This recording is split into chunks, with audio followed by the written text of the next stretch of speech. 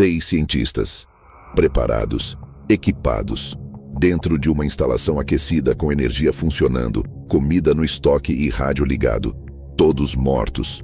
O laudo oficial concluiu: falência cardíaca múltipla, corações que pararam, corpos que cederam ao frio extremo do Ártico. Caso encerrado. Mas aí vieram as contradições. A instalação estava a 22 graus positivos quando a equipe de resgate chegou. O gerador funcionando, as luzes acesas, a comida no fogão ainda morna, e as portas, todas as portas, trancadas por dentro, com os ferrolhos corridos manualmente. Nenhuma pegada na neve ao redor da estação, em nenhuma direção. Como se ninguém tivesse entrado, como se ninguém tivesse saído, como se o que matou aquelas 6 pessoas não precisasse de portas. Os relatórios da equipe de resgate foram classificados pelo governo canadense em 96 horas. As famílias receberam cartas idênticas com o mesmo parágrafo, assinadas por departamentos diferentes. E a estação foi desmontada e removida do Ártico em menos de 3 meses. Um processo que normalmente leva anos. Isso aconteceu em novembro de 1973, a 380 quilômetros ao norte do Círculo Polar Ártico. E até hoje, nenhum documento público explica o que matou aqueles 6 homens dentro de uma sala aquecida com as portas trancadas por dentro. Se você acabou de chegar nesse canal, aperta o botão de inscrição agora. Porque esse é exatamente o tipo de caso que a gente investiga aqui. Lugares reais, registros que existem, mortes sem explicação e versões oficiais que não fecham. Ativa o sininho para não perder nenhum episódio. Deixa um comentário com o que você já ouviu falar sobre mortes inexplicáveis em instalações isoladas. E se você curtir o vídeo, você ajuda esse conteúdo a chegar em mais pessoas que precisam saber o que está documentado nesses arquivos. Para entender o que tornou esse caso diferente de qualquer outra morte registrada em condições de isolamento ártico, você precisa primeiro entender quem eram essas pessoas e o que faziam ali. Não estamos falando de aventureiros despreparados ou de trabalhadores sem treinamento específico. Os 6 membros da Estação Meteorológica Polar Canadense, SETI, designação oficial do posto, que não carregava nome próprio nos registros governamentais, eram todos cientistas com vínculo formal com o Serviço Meteorológico do Canadá e com o Departamento de Assuntos do Norte, órgão federal responsável pela administração de territórios árticos na época. O mais jovem tinha 26 anos, o mais velho, 43. Entre eles havia um climatologista, 2 técnicos de equipamentos atmosféricos, um médico destacado para acompanhar a equipe em rotações longas, um operador de rádio e o chefe da estação, veterano de 3 temporadas anteriores no Ártico, com histórico de adaptação excepcional a condições de isolamento prolongado. Eles se conheciam. Haviam trabalhado juntos em pelo menos uma rotação anterior. Não era um grupo de estranhos jogados num ambiente hostil. Era uma equipe funcional e experiente. A Estação 7 estava localizada em território que hoje corresponde ao Nunavut, numa região de tundra ártica a altitude moderada, sem variações geográficas extremas, sem fiordes profundos, sem falhas glaciais, sem terreno tecnicamente desafiador. O que havia ali era frio. Um frio de menos 48 graus Celsius, registrado na semana do incidente, com ventos que elevavam o fator de sensação térmica para além do que qualquer termômetro padrão conseguia registrar. Mas a instalação havia sido projetada para exatamente isso. Paredes com isolamento de alta densidade, gerador a diesel com reservatório para 90 dias, sistema de aquecimento redundante, estoque de mantimentos para 120 dias. A estação não era uma barraca, era uma estrutura projetada para manter 6 pessoas vivas e funcionais durante um inverno ártico completo. A rotina da equipe era documentada em diários de operação transmitidos por rádio a cada 48 horas para a base regional em Yellowknife. A última transmissão registrada ocorreu em 12 de novembro de 1973, às 18 horas e 42 minutos, horário local. O operador de rádio confirmou condições operacionais normais, temperatura interna da estação estável, equipamentos funcionando, sem intercorrências. Voz calma. Protocolo seguido. Nada fora do padrão. 48 horas depois, quando a transmissão seguinte não chegou, a base em Yellowknife tentou contato. Sem resposta. Tentaram por 6 horas consecutivas, em múltiplas frequências. Nada.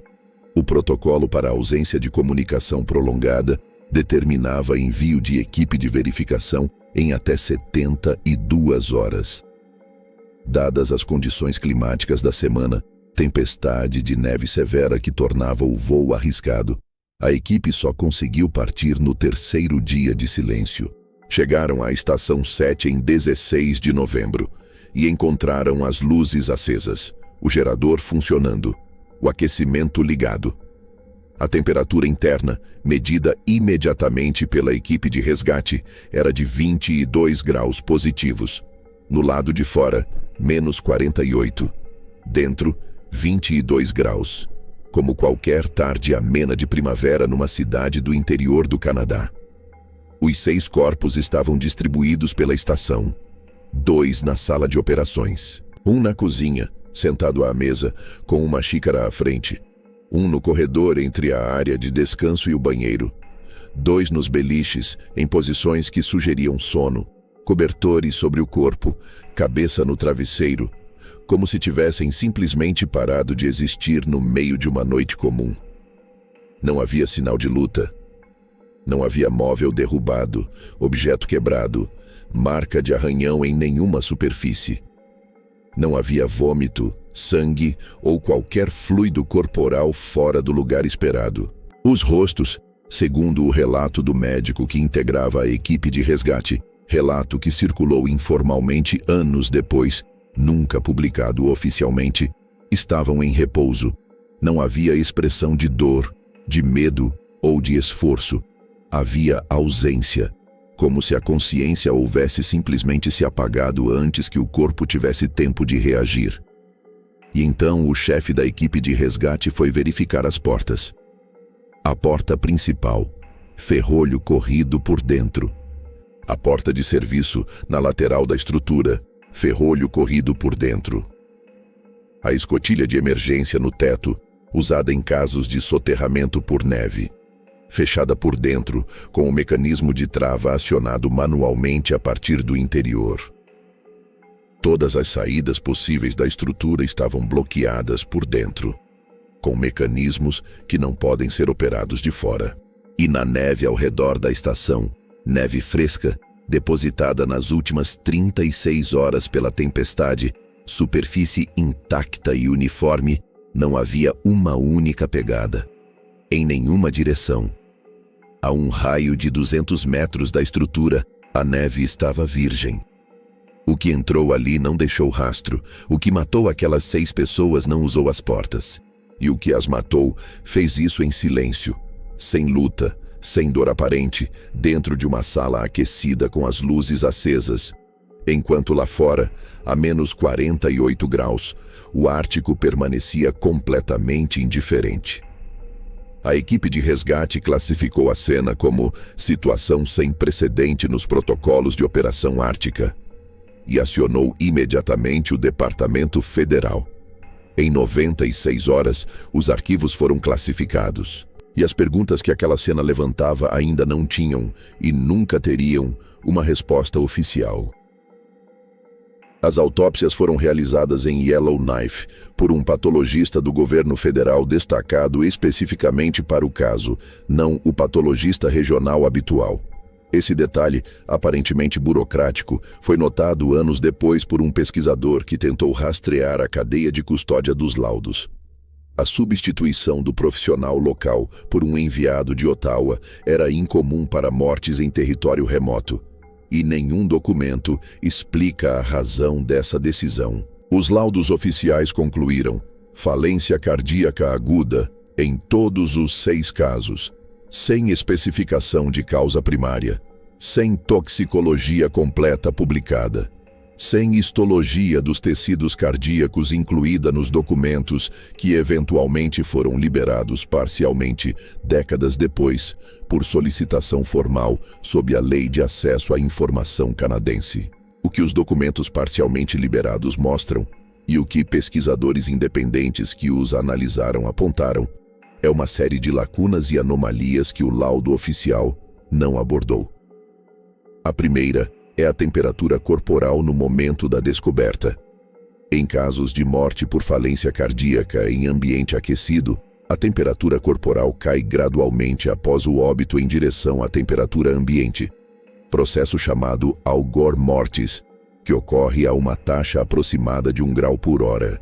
Considerando que a temperatura interna da estação era de 22 graus e que os corpos foram encontrados aproximadamente 72 horas após a última transmissão de rádio, a temperatura corporal esperada seria próxima a ambiente.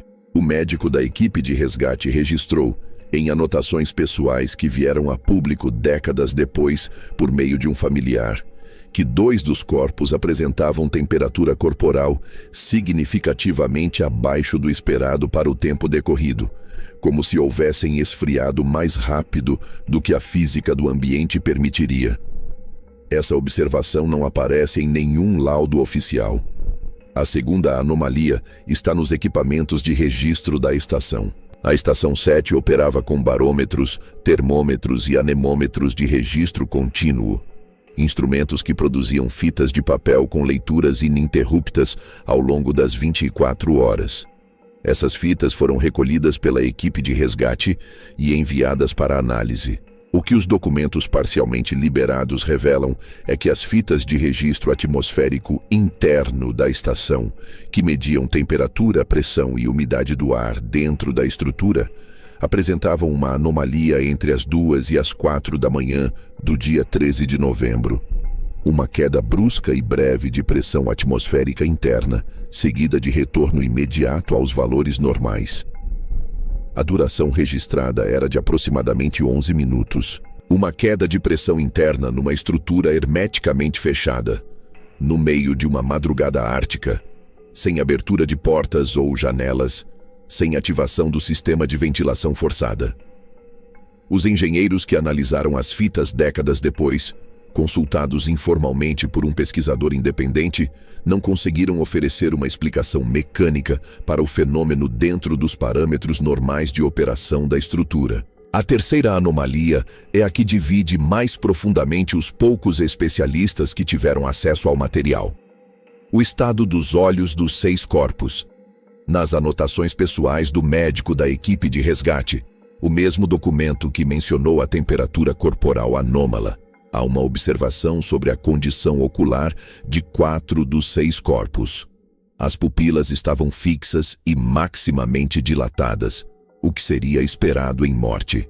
Mas a esclera, o branco dos olhos, apresentava em todos os 4 casos uma coloração que ele descreveu como amarelo-âmbar intensa, não compatível com icterícia, nem com o padrão usual de alteração post-mortem naquele estágio. Um oftalmologista consultado informalmente décadas depois, ao ler a descrição, disse que a coloração descrita não correspondia a nenhuma causa de morte por falência cardíaca que ele conhecesse, e levantou a hipótese de exposição a algum agente que afetasse a metabolização hepática de forma aguda.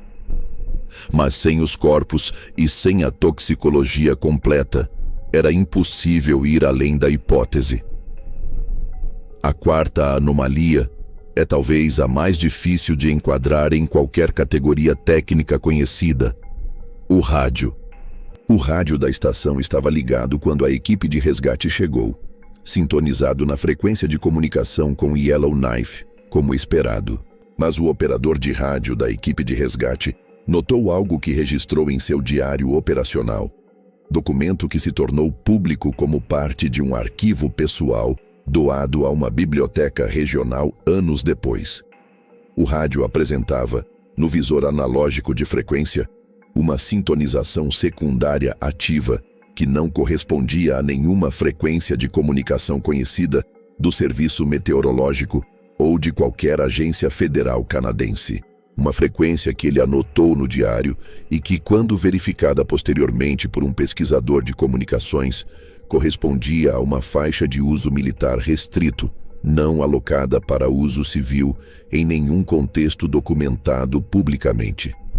Ninguém conseguiu explicar como ou por que aquela frequência estava ativa no rádio de uma estação meteorológica civil no Ártico canadense em novembro de 1973.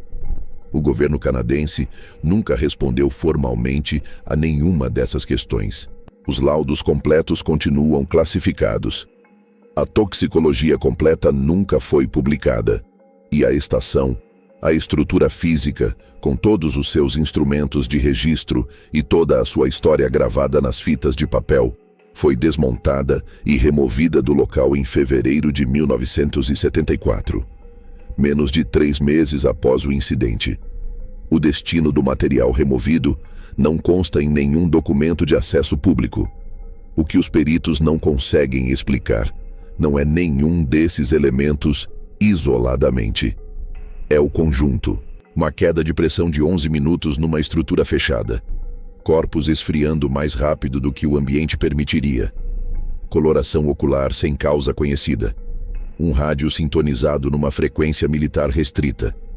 E 6 mortes simultâneas sem causa primária identificada dentro de uma sala aquecida, com as portas trancadas por dentro e a neve do lado de fora intocada.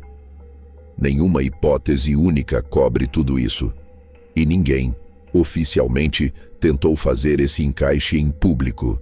Em 1987, 14 anos após o incidente da Estação 7, um funcionário aposentado do Departamento de Assuntos do Norte do Canadá concedeu uma entrevista informal a um jornalista freelancer que investigava mortes não explicadas em territórios árticos canadenses.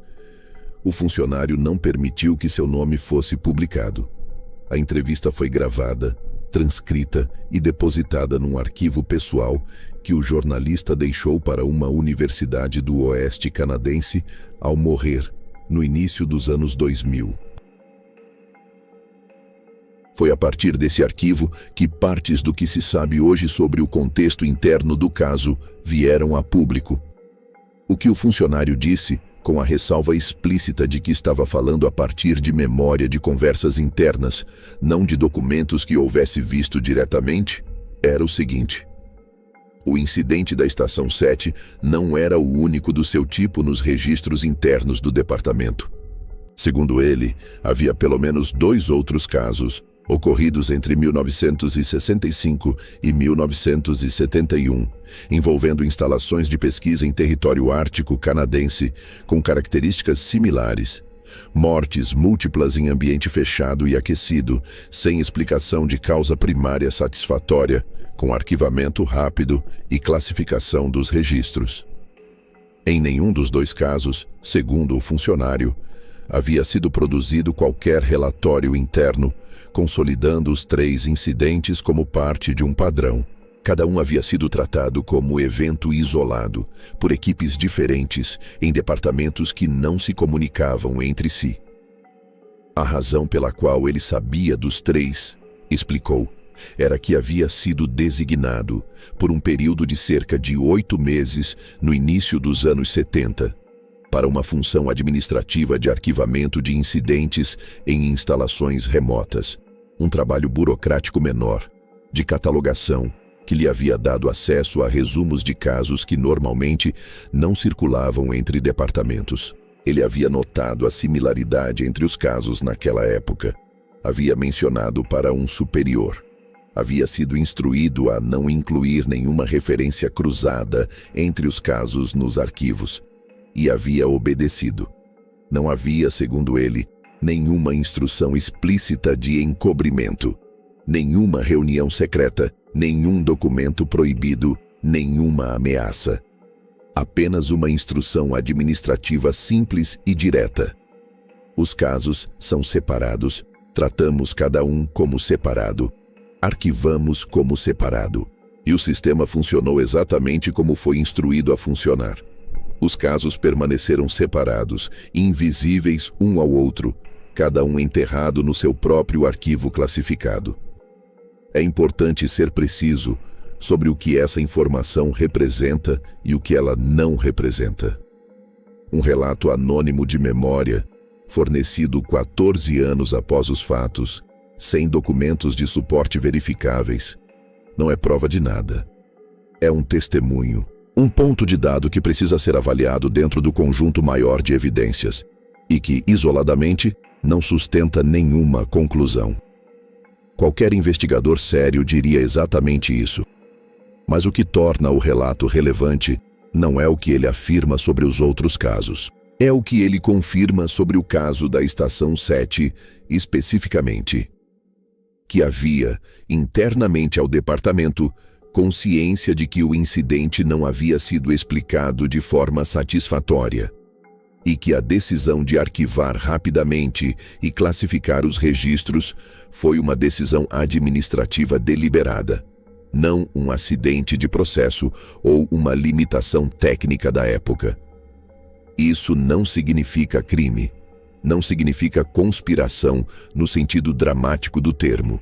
Significa que pessoas dentro do governo canadense sabiam que aquele caso tinha perguntas sem resposta e decidiram, por razões que não foram documentadas publicamente, não buscar essas respostas.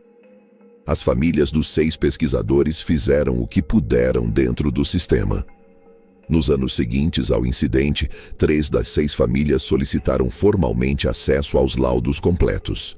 Todas receberam respostas indicando que os documentos eram classificados por razões de segurança nacional.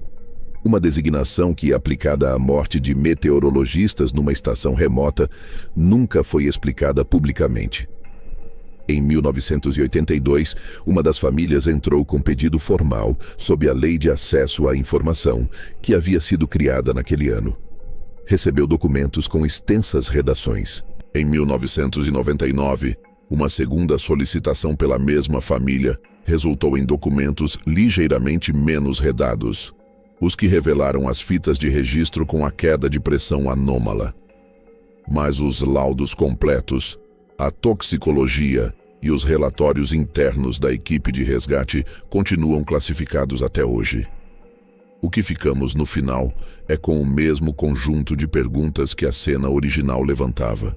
O que produziu uma queda de pressão de 11 minutos dentro de uma estrutura hermeticamente fechada no Ártico canadense às 3 da manhã de 1 de novembro de 1973?